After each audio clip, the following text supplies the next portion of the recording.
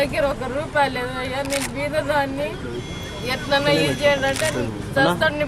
భర్త నాకు ₹150 ఇస్తే ఇప్పుడు పెడతా అని చెప్తే నా దగ్గర లేదు సార్. ఎట్లన్నా పెట్టండి కూడా ఇంత మొత్తుకుంటే కూడా పెట్టలేదు సార్.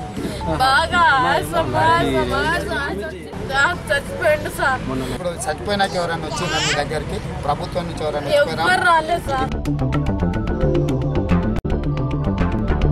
తెలంగాణ రాష్ట్రంలో ప్రభుత్వ ఆసుపత్రులలో ఉన్న పరిస్థితులకు కళ్ళకు అద్దం పట్టింది.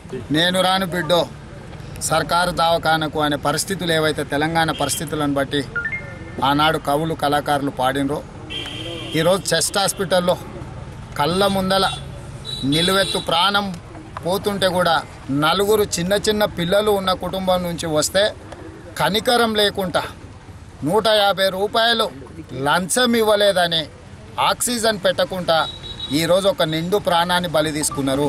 ఈరోజు నేను అడుగుతున్నా లక్ష్మారెడ్డి గారిని, కనీసం ఈ గిరిజన కుటుంబాన్ని పరామర్శించాలన్న ఇంగిత జ్ఞానం కూడా, మానవత్వం కూడా ఈ ప్రభుత్వానికి లేదు. ఇవాళ తెలుగుదేశం పార్టీని బహిష్కరించింది.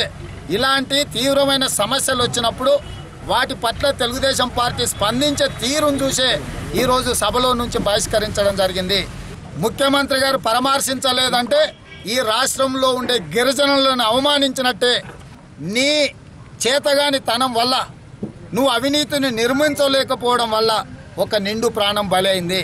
ఈనాడు మానవత్వం లేని ప్రభుత్వం తక్షణమే ఈ కుటుంబానికి డబుల్ బెడ్రూమ్ ఇండ్లు ఇవ్వాలి. వాళ్ళ సొంత గ్రామంలో ఈ కుటుంబానికి 3 ఎకరాల భూమి ఇవ్వాలి. కేసీఆర్ గారి పాలనలో విశృంఖలత్వం విలయ తాండవం చేస్తున్న అవినీతికి ఈరోజు కృష్ణానాయక్ బలైండు అంటే ఇది ప్రభుత్వ హత్యనే. ఖచ్చితంగా అధికారుల మీద, సంబంధిత వ్యక్తుల మీద, అందరి మీద హత్యా నేరం కింద కేసు పెట్టి వాళ్ళను జైల్లోకి తోలాలి. ఈ కుటుంబంలో ఒక ఆడపిల్లను ఎన్టీఆర్ ట్రస్ట్ నుంచి మేమే చదివిస్తాము. ఈరోజు ఈ గిరిజనులు ఆదుకోవాల్సిన బాధ్యత మా మీద ఉన్నది.